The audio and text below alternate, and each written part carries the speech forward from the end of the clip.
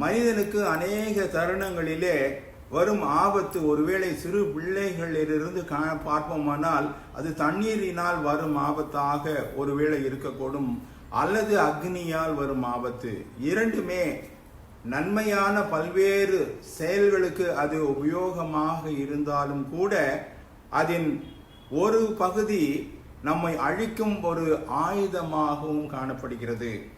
ஆகவே தான் அன்பான ஆண்டவர் கூறுகிறார், நீ தண்ணீர்களை கடக்கும் போது நான் உன்னோடு இருப்பேன், நீ ஆறுகளை கடக்கும் போது அவைகள் உன்மேல் புரளுவதில்லை.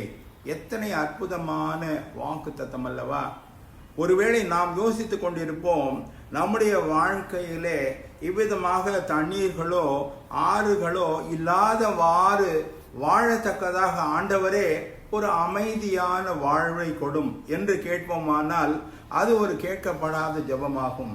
இந்த உலகம் என்பது நாம் வாழ, நாம் போராடி வாழ, நாம் இந்த உலகத்திலே ஆண்டவருக்காக எதிர்நீச்சல் போடத்தக்கதான ஒரு வாழ்வுக்காக அழைக்கப்பட்ட ஒரு இடமாகும். ஒருவேளை இந்த தண்ணீர்களும் இந்த ஆறுகளும் காலமாக நம் வாழ்விலே இடைப்படுகிறது என்றால் அதுதான் உண்மை.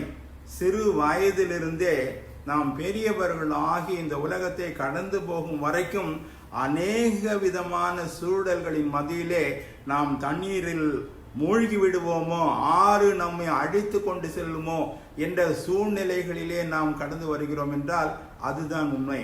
அவ்விதமான நேரங்களில் நாம் அமிழ்ந்து போகாதபடி, அழிந்து போகாதபடி அற்புதமான வாக்கு தத்தத்தை கொடுக்கிறார். நீ தண்ணீர்களை கடக்கும் போது நான் உன்னோடு இருப்பேன், நீ ஆறுகளை கடக்கும் போது அவைகள் உன்மேல் புரளுவதில்லை. அற்புதமான வேத வாக்கியம் அல்லவா?